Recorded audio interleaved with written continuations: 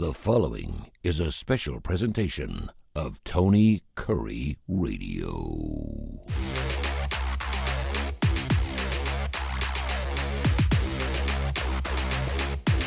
Welcome back to the K4Wins. K4Wins gives you all the plays at 19-3 in our first weekend. Actually, it's our second weekend, or the last weekend. Whatever week it was. It was last weekend. I mean, it is flying by for sure. A 19-3 weekend. We're going to bring that up as often as we possibly can. Great in the NFL, too. Probably, well, it is by far the best college football weekend we've got going on so far. And, of course, the SEC is the top of the page there. Very interesting stuff going on in baseball. It's getting down to a 3-game series for the Cincinnati Reds and for the Houston Astros, who are no longer in the hunt. They are, but they're about a game out. So we got 3 games to go for them. And also, I wanted to mention an incredible baseball gesture that happened late last night. We'll get into that, plus the NFL. Case Kiefer below. He's the chief editor of course, the Las Vegas Sun. Kip Kiefer down there in the other corner. He is, of course, my good friend and the guy that does a lot of radio and television all over the place, including the television show ABC 3343. And he does that show every Saturday morning from 10:30, 11 o'clock. And the guy right above him is Kai Gregory. He was actually on our TV show, which we're going to be doing tomorrow morning from 10:30, 11 o'clock on our YouTube channel. Everywhere else, I'm Tony Kurre. Good morning, gentlemen. What's going on? Hey, Tony, let me throw a shout out to David Sears, your technical guy. Yes. A year after we have started the podcast, he finally figured out, because I always look far away and corner. Mm-hmm. He told me to push this one little button to keep me centered. And so I actually look like y'all now instead of, a mile away, thanks to David Sears. I might need that. I feel like I'm not centered today. You're not centered. No, none of us are really centered in life for sure. No, David's a good guy, man. He's the best. And he's my right-hand man for sure. Before we get into gambling, we got plays, of course, lots of college stuff to get into and pro action. I wanted to mention, did you see the Cal Raleigh thing last night? He goes yard for his 60th home run. And the fan who catches the baseball gives the baseball to a young man in the stands. And then, of course, security shows up to have that baseball authenticated because Cali now is one of only 7 players in Major League Baseball history to hit a 60th home run. Yep. And the only catcher. Yeah, first catcher, no doubt. I mean, made Johnny Bench's 45 dingers back in 1975 look like nothing. And so he gets the ball, gets it authenticated, and of course he gives the ball back to the Seattle organization for a signed bat, and he gets to go watch batting practice or something. Sotheby's last night put the value of that baseball. Do you know what they put the value of that baseball at? $2 million. Wow.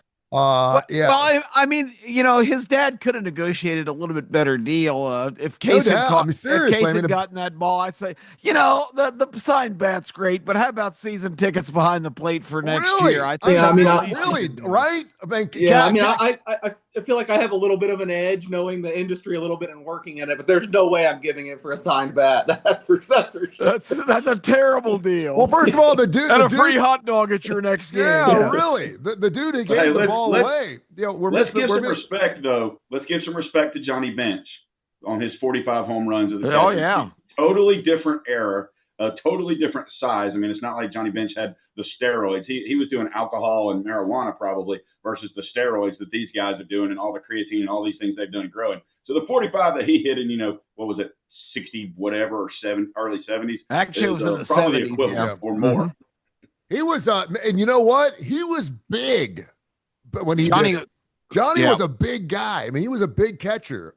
He wasn't quite the Mike Piazza size, but he was a big guy. Yeah, but just to reverse a little bit, the guy who gave the baseball away, though, I'm trying to think to myself, did he know? They're just saying that it was one of the nicest gestures that any baseball fans ever made for anybody. Yeah, he was clueless, and he didn't know the kid. And do you think he was just clueless? Because that's what I think. He could have just been a really nice rich guy. It could have been. They couldn't find the guy, and so Seattle throws out something on Instagram. But really nice rich guys don't usually sit out in the left field stands. So, my forensic investigation preliminarily, this guy was clueless. Heavy favorite clueless. There's other possibilities. I love betting, as it makes you think probabilistically, but I'm putting it like 75 to 80% that the guy just didn't know. It didn't realize it. Be pretty damn cool to own one of only 7 baseballs, or I mean, obviously there's other home run balls that were above 60, but only 7 players to actually go over. It just doesn't happen very much. Yeah, because remember, guys, the magic number for decades in baseball was 61, because that's how many Roger Maris posted. And when McGuire and Sosa were chasing that a dozen years ago, that was a huge deal if they were going to get to 61. And 37 years that lasted. I mean, that was a long time for a record to last in Major League Baseball. And now it just goes down. They weren't chasing that record a dozen years ago. That was what, 98? Oh, God. Case will tell you I do that all the time. 30 years ago. Yeah, Case will tell you I do that all the time. It seems to me like that was, 8, 9 years ago, whatever. No, you do. When you get older, you just double it. If it was 3 or 4 years ago, no, it was 8 or 9 years ago for sure. All right. So all of my recent exploits that I thought were recent were probably like 40 years ago. Can I get a shameless plug in, Tony, real quick? Hell yeah, you can. Tomorrow morning if you're listening to us in the Birmingham area, or no matter where you're listening to us, our morning show Game Time on Jocks 94.5, and you can stream on any of your personal devices with just by saying play Jocks 94.5 FM. We are going to have a special guest on to preview the Alabama-Georgia game. We're really excited. Former Georgia Bulldogs star player from the first Mark Richt championship team in 2002, current Lieutenant Governor of Georgia, and right now heavily favored in November to be elected Governor of Georgia this time. Burt Jones is going to be on with Terry and I tomorrow morning on Game Time to preview Georgia-Alabama. And Legend, of course, is our Alabama expert. We're not going to really let them go toe-to-toe because we're trying to get Burt elected here. But on the other hand, we're excited to have him, big-time guest on our show. He played with Kirby Smart and Will Muschamp in the late 90s, the early part of 2000. So we are excited to have Burt Jones, the Lieutenant Governor of Georgia, on Game Time tomorrow morning. Ooh, sports and politics all at the same time. Good night. That's going to be awesome. Oh, you need some religion in there, and then you got a great conversation. That's right. You guys know any preachers that aren't doing anything tomorrow morning? You know what? I actually do have several preachers that would love to be on your show for you tomorrow. So, yeah, if you want to reach out, I'll get Father Vu to join you. It's all about SEC football. Yes, there is a nice little twist there. The Big Ten, the big game, of course, everyone's talking about. Let's start with Alabama, Georgia. Find out where the lines are going. And I'm hearing a lot of people. Obviously, Georgia's got this 33-game winning streak going in there between the hedges. Case, where's the number land right now? What's the public thinking about Alabama, Georgia going on tomorrow right here on K4Wins? Mostly 3 across the board. I see 1, 2.5 now. Really kind of a classic pros versus Joes, sharps versus squares divide. I got like a liability report yesterday, and it was like 80+% of the money on Georgia. All the big bets on Alabama. It kind of makes sense to me. I mean, data-wise, and especially if you use priors like I do, I remember the first SEC conversation we had this summer. I said I thought I liked Alabama's personnel better than Georgia. I know it took a hit with what happened week 1, but it's hard to, there's weird things that happen in week 1 every week. So I'm not saying it doesn't matter. I'm just saying that it's kind of, for me, it's a wait and see. I think 3 is probably the right number. I couldn't, tell someone to bet either side right now. I have a little bet on Alabama at 3.5. I do think that's kind of key right there. But yeah, Georgia, definitely a popular side. So popular, and I think this game's going to be so public that I wouldn't even be shocked if it, usually, a big misconception in betting is what moves the line are the big, it's not the public, especially in college football, that's moving these lines. It's the big bets and these global sports books trying to get to the right number. So it takes a rare occasion where the public's really moving the line that much. But I think this is one case where it could happen. If Georgia keeps taking the action we've seen them take all week, I wouldn't be surprised if this closes 3.5 or 4. And I love, we try to have, I did radio and sports radio for 30 years. We got a guy who's a championship handicapper and a guy who does it for a living. We got Kip Keefer, who's been doing radio forever and worked at race courses, and he knows everything about gambling. And then we have Kai, who's actually worked both sides of the street when it comes to handicapping and gambling. And you have obviously taken a lot of bets over your history from Alabama fans who, allegedly. We can talk about it now. It doesn't have to be for entertainment purposes only. You've taken a lot of bets from a lot of Alabama fans who lay down wood every single week, regardless of what the line is. They don't give a squat And then now all of a sudden you got this big ball game coming up here against Georgia. How's it lying with you? Everybody's on Alabama. Yeah. Everybody. Shocking. Even the smarts. I mean, we're in Alabama. I mean, Alabama fans bet on Alabama and against Auburn.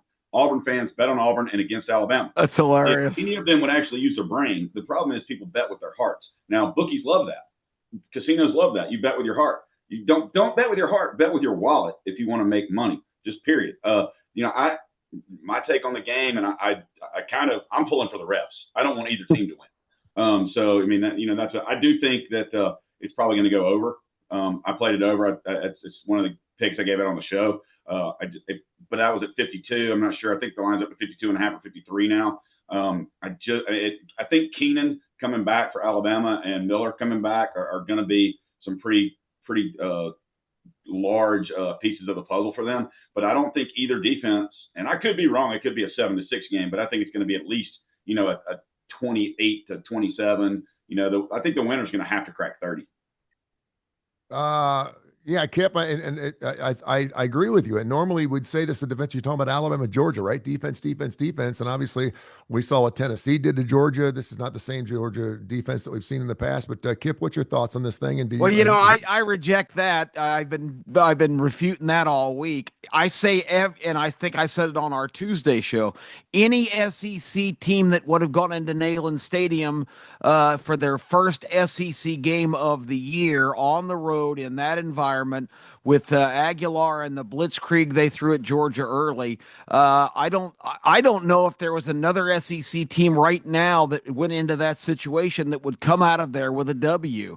I think people are really overemphasizing Georgia's shortcomings and not giving Tennessee credit for a really aggressive game plan that paid off. But there were some plays in that early sequence where Tennessee receivers just outfought the Georgia corners for the ball. It wasn't just this precision total breakdown of the Georgia defense. But then for Georgia to kind of steady the ship and still win the game speaks volumes. So I know let's be honest, they were given the game. I mean, you had an 11-year-old kicker for Tennessee that missed a field goal. Yeah, well, that's Tennessee should have won. You told me we couldn't talk about that anymore. You also had a horrendous pass interference call. But I keep getting the tag. Georgia played so poorly, and the defense is not good. I think you guys are going to be shocked how good this defense is going to play against Alabama, who I think is still a work in progress. Okay, Jam Miller's back, and it's a good thing. Alabama hasn't run the ball worth a damn against any of these, even the bad teams.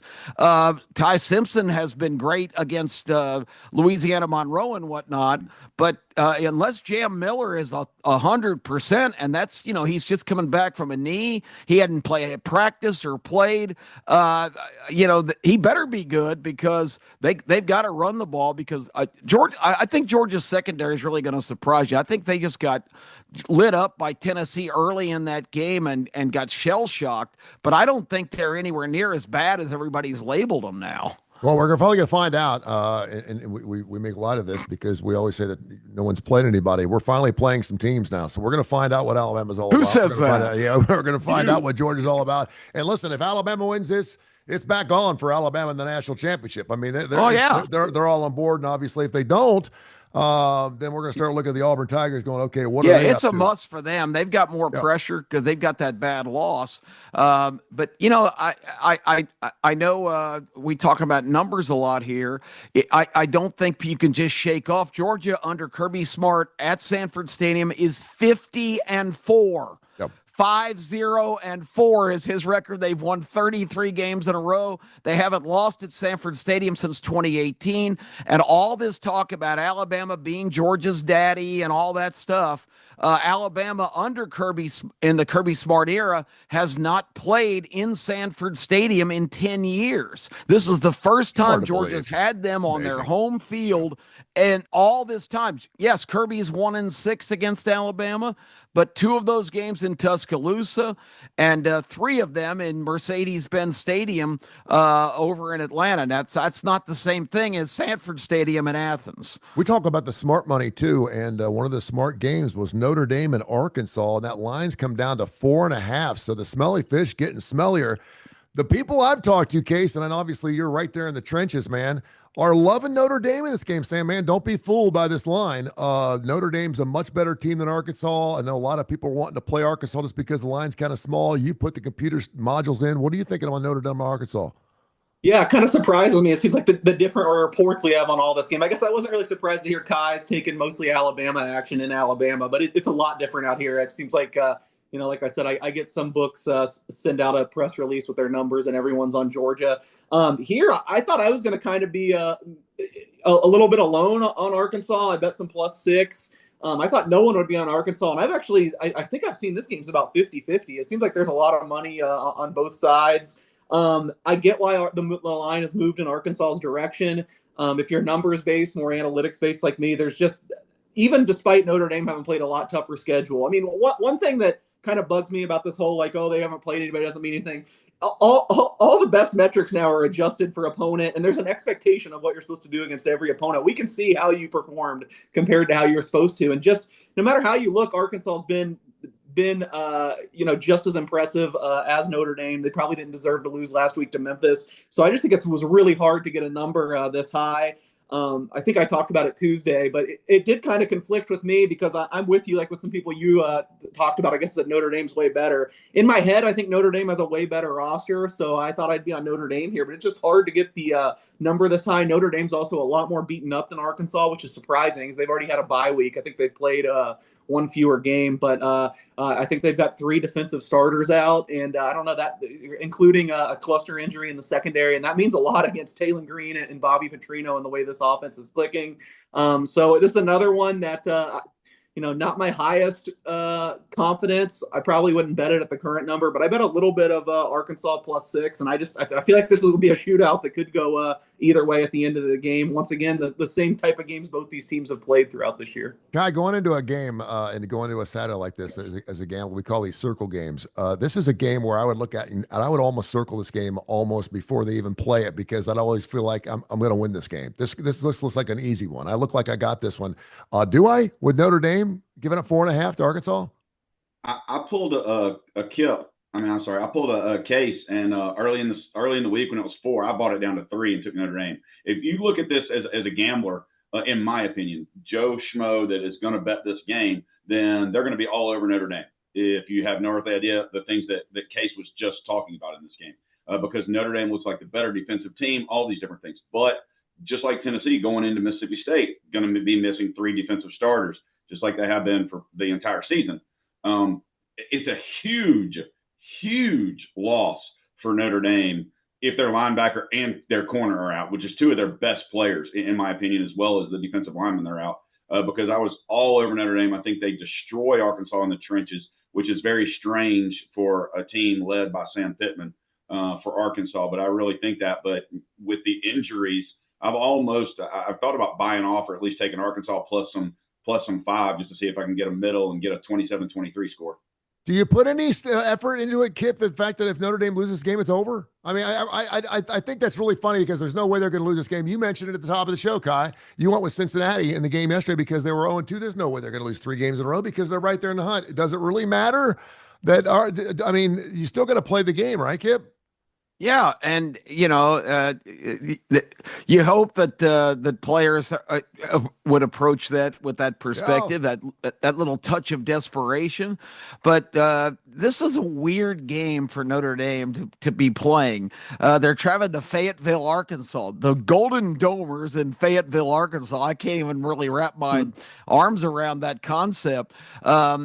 And I mean, just getting to Fayetteville is a giant pain in the ass. It's like 1-lane highway in and out of there. So, it's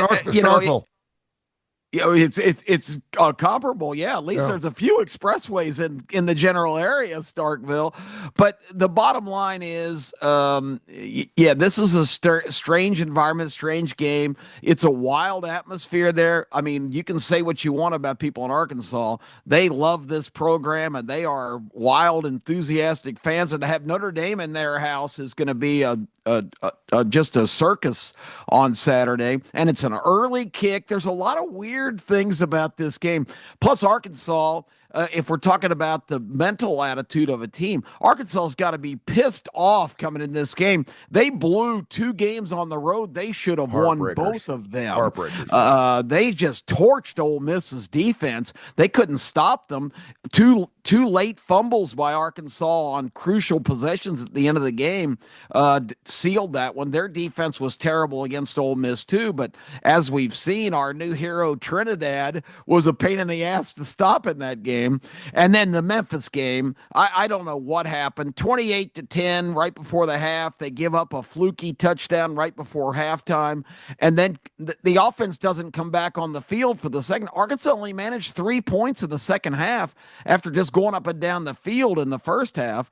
I was sweating the over, which looked like a lock at halftime. But the bottom line is this is a weird game, and Arkansas too physically matches up with Notre Dame. I don't know if you guys notice, Arkansas's defensive front is massive. They're NFL size. These guys are giants, and they have a big offensive line. They've got skill players. This is going to be a hell of a game. I can't believe the matchup. I don't really know which way to go. I'm just going to sit back and watch and let you Titans fight over which way to bet it. I drove up to Branson 2 years ago for a wedding, and then we had to drive back. We had to drive back through Arkansas with my son, and my son's like, "What are those on top of the roofs in Arkansas?" I said, "What are you talking about?" He goes, "Those things on the roofs on the houses in Arkansas." I guess that's all I could see were these things on the roofs. I said, "You talking about antennas?" He said, "Yeah." And I said, "Yeah, they don't have cable here." I said, "Those are antennas." He goes, "What do you mean?" I said, "You are my remote. I tell your ass to get up and sit to Southeast to watch my game." That's hilarious. We should need to show some deference talking about Arkansas. Case Kiefer was born in West Memphis, Arkansas. There you go. No, that would. I haven't seen an antenna on a house in 25 years, though. So. Yeah. They're all over Arkansas. Tennessee, Ole Miss, Mississippi State, and LSU all have one loss between the 4 of them in the SEC going into Week 5, which is amazing. Let's talk about the 4-0s, LSU and Ole Miss. It opened at 3, went to 2.5. Right now, the latest I see is Ole Miss 1.5. Case, what you got? I had nothing earlier this week. I still have nothing. I guess I'm taking the Kip tack that he talked about from the Notre Dame game. Just sit back and watch and see what happens. I don't really know what to make of this year. I did say I'd feel a little bit better with Ole Miss if they stuck with Chambliss, and it certainly sounds like that's what they're doing. I know there's been sources saying he's going to be the starter. It could backfire. We'll see. But I've been so impressed with him. I know carrying up Arkansas's defense, you can definitely poke holes in that, but I got to say, I really thought Tulane's defense I was more worried about Tulane's offense, and he just shredded Tulane defensively. They really did last week. So I'm just way higher on Chambliss than Austin Simmons after watching him a little bit the first 2 weeks. I just feel like he's not quite seasoned yet. I think he's good for a couple turnovers a game, and maybe Chambliss is too. I mean, obviously this is a whole nother level of defense. So we're going to get some answers here, but I said it'd be a lean towards Ole Miss for me if he's starting, and it does seem like he's starting. I like the direction Ole Miss is heading in. That they've looked pretty good, and maybe now they have the right guy at quarterback. So really slight lean to Ole Miss, but I haven't bet it, and I don't think I will. Kai, for Chambliss, is it more the system or the player? I mean, when you play at Washington State under Mike Leach 10 years ago, you're gonna be in a Heisman Trophy winner, possibly. Is it Lane Kiffin's system that's getting Chambliss the numbers, or is he really that good of a quarterback? I think the kid's pretty good. Yeah. He looks legit to me. Now, Lane Kiffin's system. I mean, this weekend to me, this is brain versus brawn almost. LSU is going to be the physical team, and Ole Miss is going to be the crazy team that listens to Kiffin's stupid analytics, and probably Kiffin. You've got 2 coaches. Who's going to cost their team the game? Kelly just being Kelly, or Kiffin going for 6 fourth downs and giving up, 18 points he could have kicked on field goals and missing those points. I really think I like LSU in this game. I took them +2. I wanted to buy it to 3 just because of that number, even though I really hate buying points. I'm sitting here talking about doing it a lot. But I think LSU goes on the road and gets it done. I am not impressed at all with Ole Miss's defense, and these are the games, in my opinion, that Lane Kiffin finds a way to do something stupid on 4th down and lose it for Ole Miss. And Kip, for people that obviously aren't Brian Kelly fans, and we don't have a lot of them anywhere, including the Notre Dame area, which I used to be from, are now wondering, okay, does Brian finally got it going on here at 4-0 going into a game where if he wins this ball game, he's for real? Yeah, I mean, I think the Florida win's got to be taken with a grain of salt because I didn't think LSU played great in that game. That game was still 13-10 in the fourth quarter. I think Billy Napier completely pushed. I still don't even understand putting the ball up 49 times and giving a pick six to LSU to clinch the game. 5 interceptions from Lagway. He played like they were 3 touchdowns behind. They were 3 points behind. That game, I didn't really give LSU a big stamp of approval there. I thought the Florida coaching staff could have grinded out that game better and maybe came out with a win. And, other than that, the Clemson win was impressive, but now we got to look at that with an analytical eye. No doubt. That Clemson's 1-3 right now. So I think going on the road to Oxford, another hard place to get to, another weird road game. I think this one's a toss up, but I gotta lean a little in the Ole Miss direction just because they're playing at home and this is a big game. And I tell you, I would have said differently last week if we were at this exact same time, because I thought Ole Miss played abysmally against Arkansas and still won that game. But man, I was impressed how they just derailed and demolished Tulane, who was supposed to be one of the better power non-power 5 team, power 4 teams now. But gosh, they just blew them out. So maybe Ole Miss is better than I gave him credit for. Maybe Legend's favorite coach, Pete Golding, fixed the defense in 1 week. So we'll find out. But I don't know. Brian Kelly seems like he always finds a way to lose on the big stage. This isn't the biggest stage, but it's a big stepping stone for LSU going into a bye week. If they can steal a win in this game, they're going to be in really good shape. There's been last thing I just wanted to add on this game. I don't know why. There's been a lot of talk this week that Nussmeier still may be hurt worse than they're letting on. I don't know. That's something else to watch, and another just small feather in if you're making the case for Ole Miss. He's been banged up all year long, and no one's talking about it. It's the most amazing thing, and then that's one of those things where you find out at the end of the season. What game, Kip, I want to stay with you. What game is more important for this particular game coming up, A&M or Auburn? I think it's for Auburn. A&M is in a good spot right now, but this our mentality's got to change a little bit, because now we've been programmed for all of our college football lives that a loss is catastrophic, and losses are tough to deal with. But now we're in an era where the playing field's leveled off enough where we're just not going to see teams make runs all, at my least favorite cliche, run to the table. If you lose 1 or 2 games and you're at Texas A&M and you've got the win over Notre Dame in your pocket, I mean, you're probably going to be a strong contender to be a playoff team. But Auburn, if they lose another game here with back-to-backs and the schedule they're facing with Georgia coming up next and some of their other challenges later on, Alabama on the schedule and others, this is a game where Auburn is going to put themselves in a really tough spot if they can't win. Back-to-back on this road trip, which you knew was going to be tough. I said they really needed to get a split to stay in good position because the fan base was believing, and then last week, now the fan base has the excuse, well, we were robbed at Oklahoma. But if they don't perform well at Texas A&M, I think there's going to be just a lot of air in the Auburn balloon's going to go right out. Our baseball coming up. We'll do some NFL. We'll talk some Ryder Cup. We're getting a lot to jam in here, and our best bets coming up here. But we have to talk about the Tennessee-Mississippi State game. Only that Mississippi State is sitting there undefeated this late in the season. I say late in the season. It really is. And there's Tennessee. That line's been stuck at 7.5. What do you think, Kai? It's your team. We talked about it Tuesday. I just don't trust Tennessee's defense to travel in this situation. I can see Mississippi State winning the way they played Arizona State, which, again, I mean, that's something we need to talk about. The TCU-Arizona State game tonight, Florida State-Virginia tonight. I mean, those are 2 huge games this weekend that just happen to be on Friday night. But to your original question, I mean, I'm interested to see how Joey does on his first road game in the SEC. It's a 3:15 kickoff here, Central Standard Time, so that's going to be interesting.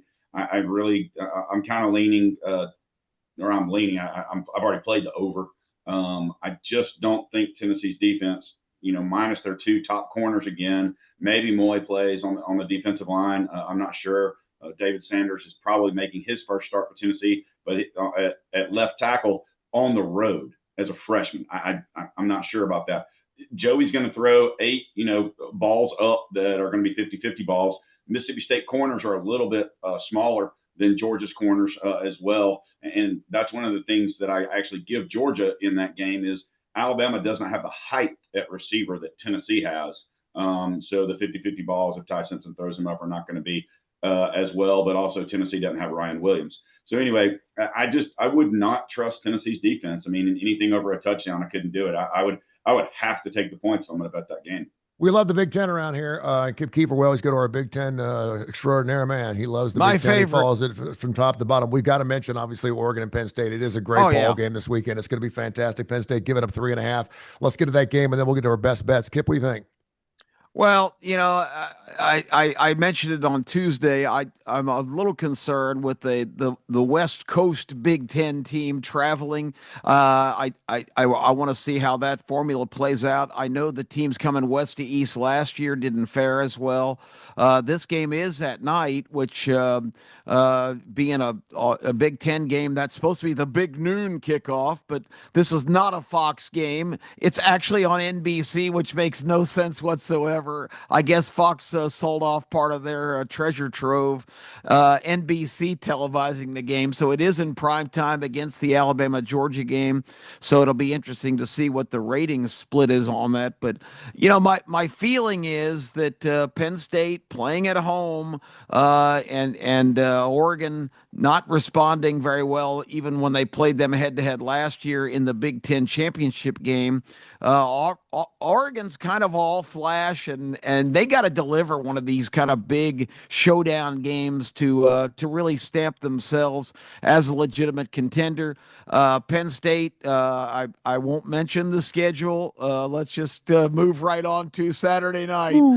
So I don't know what to expect. I'm still not really an Aller guy, and a lot of people disagree with me there, but we'll see how he plays. The Penn State running backs, if you don't like them, then you're not a rational person, because they're both awesome. So I think that's the difference. The Penn State running game, the Penn State physicality, I think they beat the Ducks on Saturday night. Case is over there wringing his hands. This is going to be a great weekend too. I think this is the weekend too. We saw a little bit of it last year last week where the quarterbacks, we finally start seeing what these quarterbacks are made of. And I think we're going to see that with Aller and Dante Moore, another guy who a lot of people are just kind of sitting back and waiting. We know how explosive the Oregon Duck offense has been the last 10 or 15 years. Is he the real deal?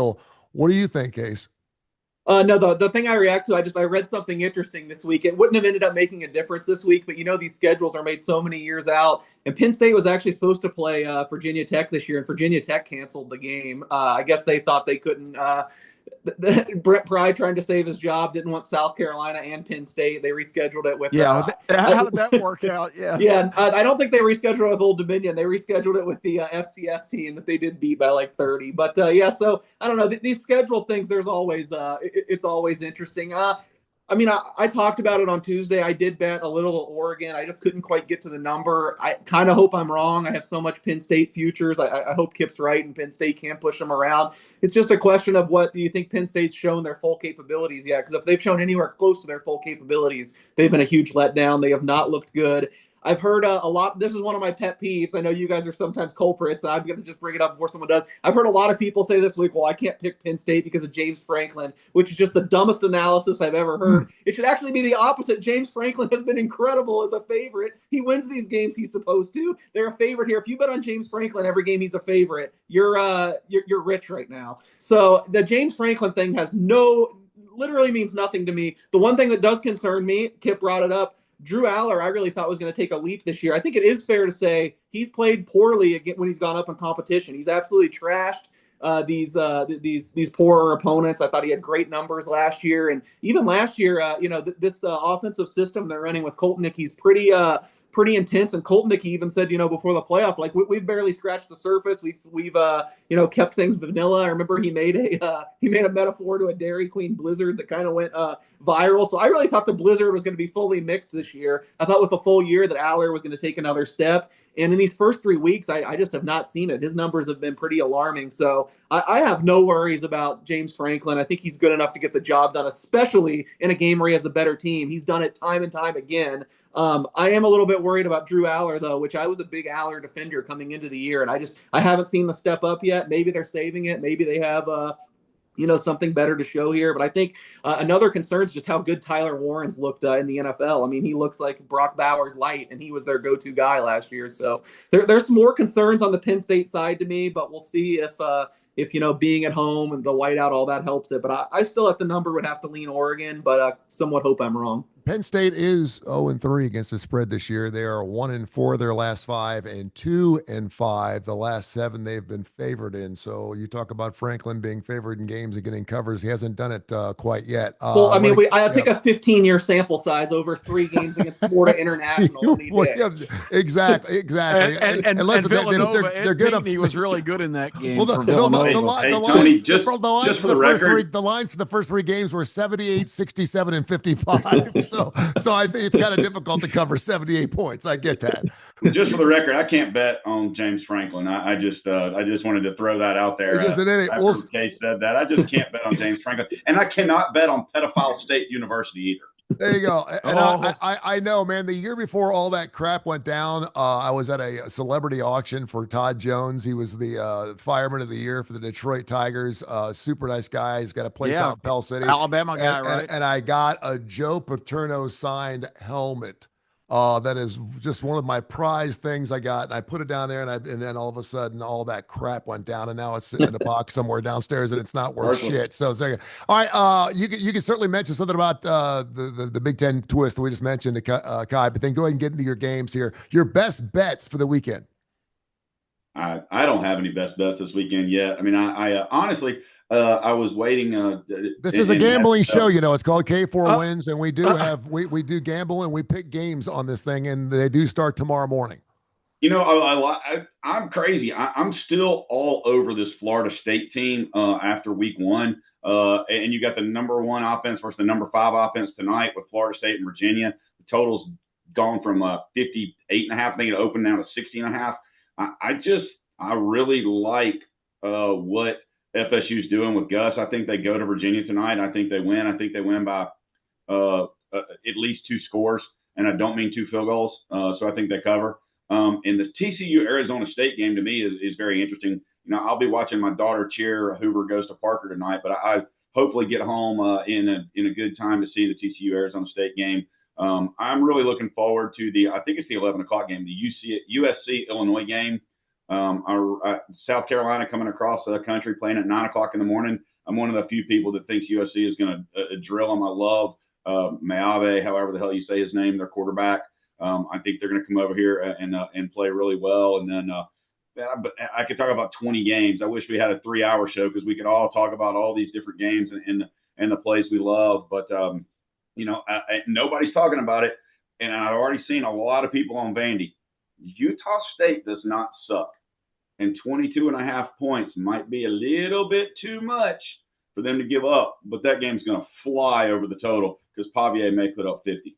A lot of people are loving that USC game over the total too. I think what is that? I know you. Yeah, because their defense is terrible as always. Lincoln Riley said they gave up 31 at home against Michigan State last week. Of course, Illinois put up 10 against Indiana too. So you want to think that maybe the Indiana Iowa game is not going to be as good a game as everybody thinks. Indiana is going to go into Iowa and blow them out. Kip, give me some winners, brother. Kai just stole my thunder on one of them. I looked at the Utah State at Texas A&M game earlier this year. Admittedly, A&M didn't play very well, but Kind of a interesting coincidence here. The margin of victory in that game was 22 points for Texas A&M at College Station. Guess what the line is on this game? 22 and a half. Is Vanderbilt better than Texas A&M at this stage? I mean, I know that's kind of an elementary way to look at this, but I think it favors Utah State being a play here, because can Vanderbilt really be this good? They mauled. They were last year.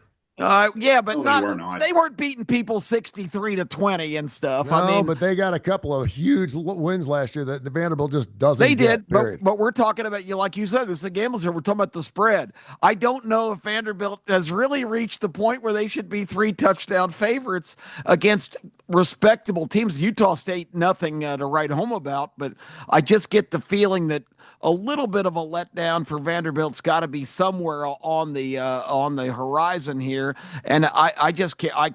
I have to take 22 and a half with Utah State. Another game, I know that we talked a lot about Duke on the show, and there's been people that have had varying opinions.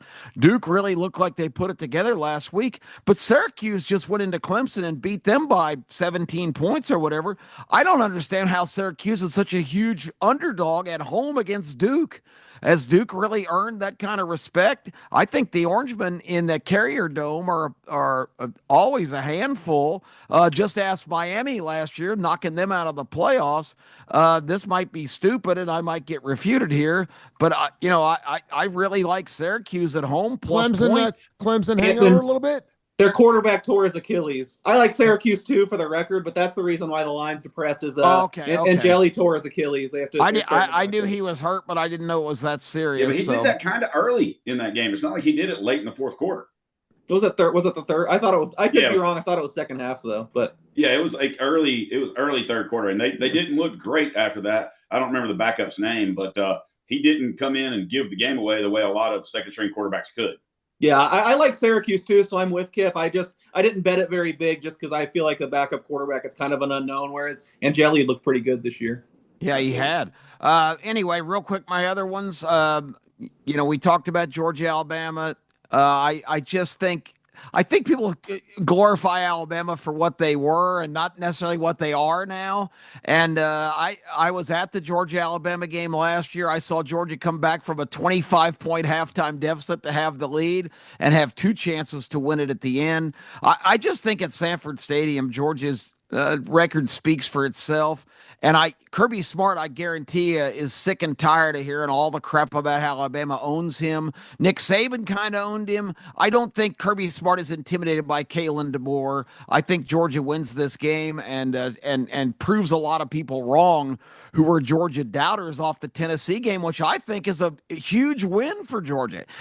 Going into Knoxville and beating Tennessee would be a huge win for anybody in the SEC, and I'm not sure any other team right now in the league could have gotten that done. So did they play well?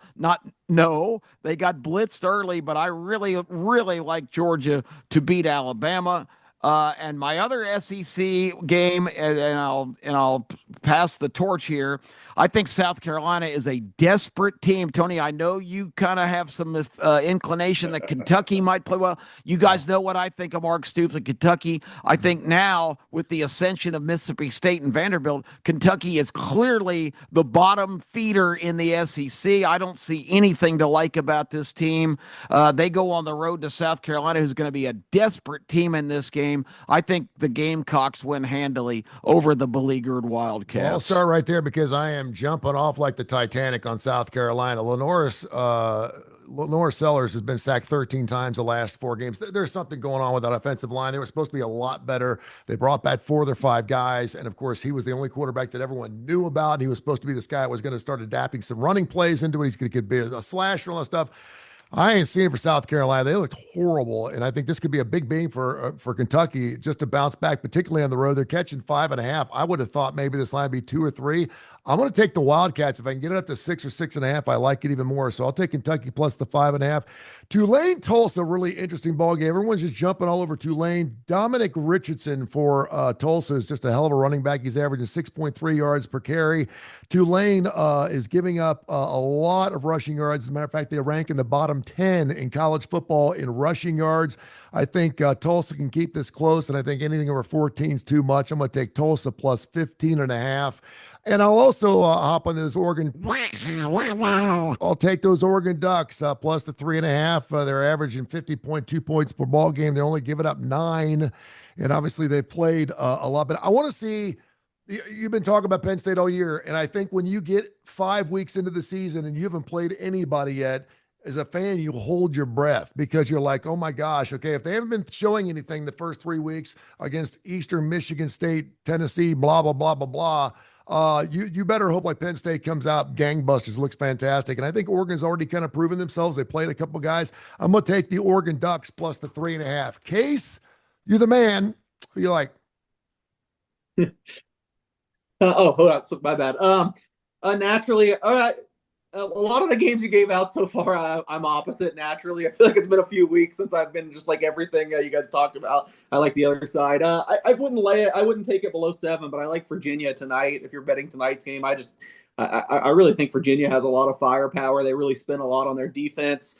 I don't know what to make of Florida State yet, despite their great Week 1 performance. We'll see. I mean, I bet a better number there, but I like Virginia, and just naturally, I like TCU. I've been really high on the Horned Frogs all year and a little bit lower on the Sun Devils. That one has moved against me. I took TCU plus 115 on the money line earlier in the week. I think you can get better than that now.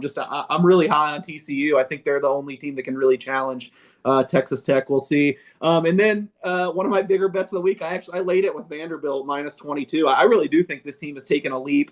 I think they're way better than last year. If you just look at their per play metrics and efficiency wise, I think they got lucky. So, I mean, lucky's a loaded word because I think they're really well coached. And I think Pavia's kind of got some of that like intangible toughness, inspiring guys. But I think they probably didn't deserve to win all those games they won last year. This year, they just look like a wrecking ball. I think the Mountain West, I think, is terrible this year. I don't like any of these teams. I know Utah State did put a respectable effort at Texas A&M, but it's a little bit different now in the middle of conference play, flying across the country. I never would have on my bingo card I'd be laying more than 3 touchdowns with Vanderbilt against Bronco Mendenhall, who I think is one of the best coaches pound for pound in the country. I think he's going to get Utah State right, but I don't know. I just numbers wise, I get closer to 4 touchdowns. And I've heard a lot of people say, well, Vanderbilt's going to take it easy. They've got Alabama next week. They're not going to want to expend a bunch of energy. I don't know. Just from watching them and watching Pavia the last 4 years and Jerry Kill, who's now at Vanderbilt, it just seems like they never take it easy. It's Vanderbilt. I think they are impressive. So, I as you probably heard, I mean, I've taken so many underdogs this week. It's scary. I'm on like 80% underdogs, especially in the SEC. I think I like every underdog, but that is one favorite I like. I also like the biggest favorite in the SEC for the record. I laid 44 with Missouri. It sounds like UMass. Oh. UMass is down to like their like walk-on cornerbacks. And UMass is probably the worst team. UMass and Kent State are neck and neck for worst team in the nation. I know Kip hates Missouri, and I didn't like Missouri coming into the year. I bet under. I wish I could have that back because 6 straight home games. That's ridiculous. I think Missouri takes glee in blowing out these teams. And look, we heard during training camp that Pribula was struggling, but Pribula got probably the second most money of any transfer quarterback in the market this year. Everyone wanted the kid, and I think we've seen flashes of why. I think they'll take glee in just destroying Missouri. If I had to make a best bet in the SEC, another one opposite, I think someone said they like Tennessee. I really like Mississippi State. If you've watched this show, you've heard I've literally bet them every week this year. Not only are they undefeated straight up, they're undefeated against the spread. I just feel like people are, perception is colored way too much of last year when they were in the ultimate teardown. Year 0, they were awful last year, but man, they did a lot of good work in the transfer portal this offseason with Fluff Bothwell coming in the headliner. I think Shapen has been really, really good when he's healthy. It's tough to play in Starkville. I can't get this over a touchdown. I think Tennessee's the likeliest winner, but I bet 9.5. 9.5. It's still 7.5. I think 7.5 is fine with me too. So if there was a best bet I had to make in the SECs, I know we're usually SEC centric. I would be on Vanderbilt or Mississippi State. K4Wins.com. Hey, Tony, K4Wins. real quick, something to notice while in the last 15 minutes, I don't know why, the Alabama team total has gone from 24 to 24.5 since we've been on the show, just the last 15 minutes. One of the reasons why I don't have a lot of best bets is, I do a lot of team totals, but that really makes me think on that game where that went with the Alabama money, because the team total half a point, because it was 23.5 2 days ago. Now it's 24.5 for Alabama's team total. K4Wins.com, K4Wins.com to get all of our plays. Don't have a ton of time for NFL, but I do want to go back to Case because, of course, he's the field man and, of course, inside the locker room for your Las Vegas Raiders. They are catching, about 1.5? Or no, are they actually favored by 1.5 against the Bears this weekend? I'm sorry, that line jumped around a little bit. Talk about the Bears and Raiders, and then we'll get some early plays here from you guys for the NFL on Sunday. Go. Yeah, unfortunately, the Raiders are another team I feel like I've bet every week. I think they're still a little undervalued, although they've been awful the last 2 weeks. Their offensive line is totally in disarray. There's some weird stuff going on. I still think they should probably beat the Bears. People are like, that bright, shiny object are just praising the offense this week because Caleb Williams and Ben Johnson and co looked so good, but it was against the Cowboys defense, who is absolutely dreadful. And if there's a defense worse than the Cowboys in the NFL, it's probably the Bears. I mean, really, all they had going for them was Jalen Johnson, their all-pro cornerback. He's on injured reserve now. I really feel like the Raiders will put up points here. It's not a slam dunk or anything, not one of my bigger bets, but I would have to lean the Raiders there one more week. We'll see if they can get it together. This Bears defense is problematic. Yeah. Kip, Kai, anything else in the National Football League we want to get into? Obviously, there's a lot going on between now and Sunday, and of course, you can go to K4Wins.com and get all of our plays. Kip, you got anything that's picking out to you? Of course, the big game, everyone's talking about the Ravens and Chiefs. What else?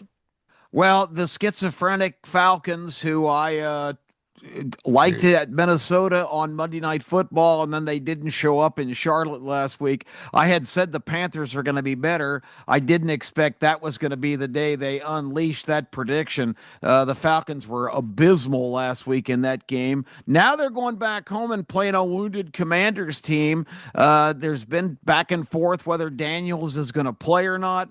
I think the Commanders deserve some respect, but 3.5 point, and if it is still 3.5, and that half, it's down to 1.5. Yeah, 1.5. Okay, so all this line movement kills me because you guys are tuned into all this stuff, and I don't have access to it. But on the other hand, if it's 1.5, then I'm not as high on it. But stick with it. I love the Falcons this week. Who do the Commanders have? Everybody's hurt. I don't think Jaden Daniels is playing, and this could age poorly. Yeah, they got hurt guys on the defense. McLaurin's hurt. I mean, the Carolina game, they had the pick sixes. It was weird. I love Atlanta this week. Yeah, I really think the Falcons, just on general principles, playing at home, should not be an underdog in this game because the Commanders are not 100%. And I've been against the Rams all year. Well, this time I'm jumping on the Rams because I don't believe in the Indiana Jones syndrome. I think they've been fattening up on really bad teams, and I think the Rams have played pretty credibly in every game that they've showed up. So now after being anti-Rams for 3 weeks, give me the LA Rams against the Colts. I think Indiana Jones gets taken down by the adversary this week, the Boulder. They're giving up 3.5, and the Colts are 3-0 on the early season, which is kind of hard to believe. Kai's up there shaking his head. Give me some NFL, and then we're going to jump into some baseball. What do you got, brother? Give me some Indiana Jones plus 3.5. Yeah, you Come like that? on now. No, we can't do that. I like the Falcons also. I think one of the biggest sucker plays that I'm on for the record is the over in Green Bay and Dallas as well, especially if it's under 49, which I think I got it at 46.5 or 47 early in the week. We were 2-0 in the NFL last night, Seattle and under, so not too shabby. 19-3 this past Saturday. We're 8-07, 429 and 15 year to date. But I can't. I love Indy. I am all over this Indianapolis team. I am all over Indiana Jones. I love the rushing attack they have, all over it. And unfortunately, if I had to lay one other game that I would, and people think I'm crazy because of the way they played, I'm still a D'Amico Ryans fan. I'm still anti my beloved Titans coach, even though Cam Ward, I would take Houston in -7. Okay, before Callahan, terrible hire. Case called that before the season. And man, what a shambles! And they just basically gave away one of their better players this week to in a trade to the Jets, which makes no sense. But it's not a free for all. It's not a fire sale. They're not giving up on the season. Keep that in mind. That's what the GM said. And since he said it has to be true. And they got like a 5th round pick. So, I mean, I don't understand it. Before we get into Major League Baseball for the last few minutes, Kip, tell everybody about where the starting lineup is going to be a little bit later on this week. We're going to be out there again on Tuesday night. We had a wonderful night out at the Birmingham Race Course this past week. Thanks to Kai for coming out. I couldn't make it, but one of these weeks we'll have to get Case to come flying across country and come out for one of our Tuesday nighters, but another big night coming up this week. Yep, Social Taco is the location this week. We get the whole loft of that of that place in the Soho district, right down in Homewood. We had a party there a couple weeks ago, had about 80 people come. Going to try to get into the 3 figures this week at Social Taco. Tuesday night about 5:30 to 7:30, happy hour. They've got great food, great service. Come join us. You can rub elbows with the Birmingham icon, Tony Kurre, and everybody's favorite legendary character who always draws a crowd and never disappoints. The one, the only legend will also be there entertaining the troops. Kai, it is hey, Tony, before you go, I really want to know Case's thoughts, because we've already talked about it. We're going to go out to Vegas and go to a Vegas Knights game, but what a great overtime win last night for Vegas over the Utah Mammoth. The Mammoth, good grief. Mammoth. That's news to me, actually. I just haven't been paying attention to the preseason at all. I know that the Golden Knights hadn't scored in like 130 some straight minutes dating back to the playoffs last year through the first 2 preseason games. So glad to know they scored last week. Pretty bad when I cover the team and you're breaking that news to me, but I just don't pay attention to the NHL preseason. And NHL just a couple weeks away, man. So we're getting to that magic day where everything's I'm going to be in Vegas and we'll be at the opener on October 8th.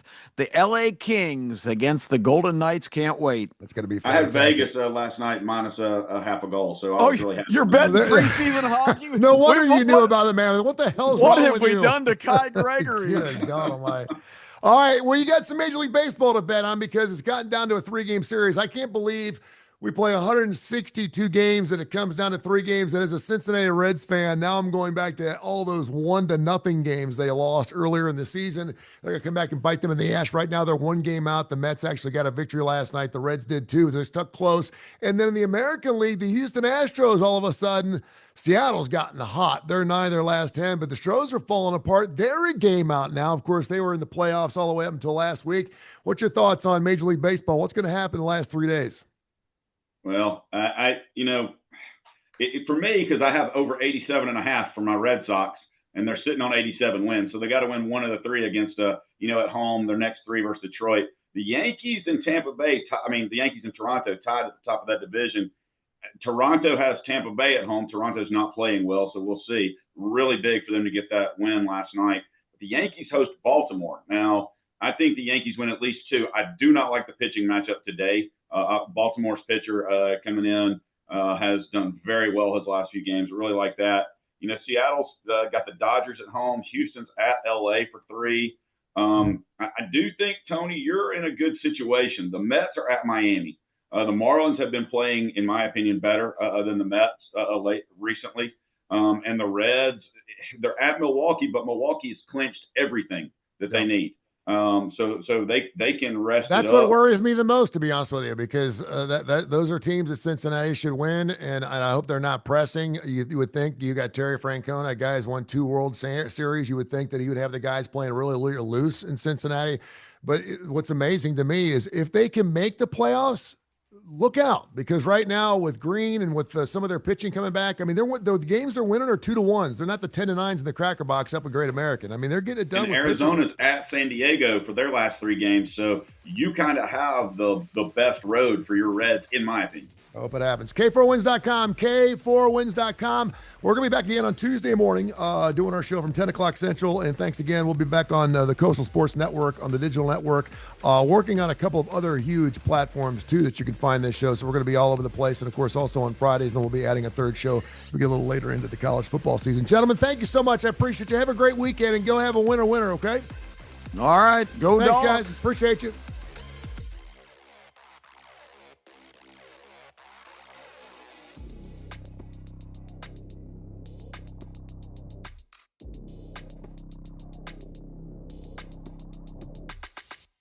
This has been a special presentation of Tony Kurre Radio.